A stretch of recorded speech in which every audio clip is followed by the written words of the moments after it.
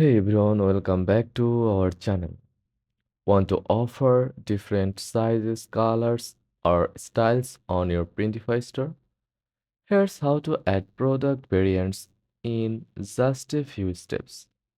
Start by logging into your Printify account and heading to the My Products tab.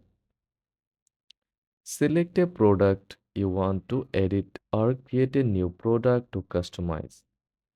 Click Variants to select different sizes, colors, or materials. You can choose multiple options to give your customers more choices.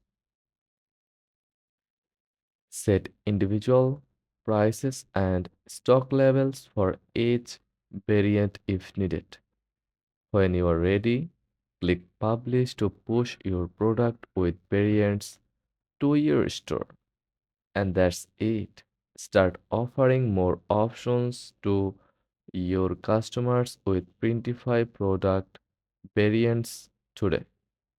If this guide was helpful, don't forget to like and subscribe for more quick tutorials. Thanks for watching.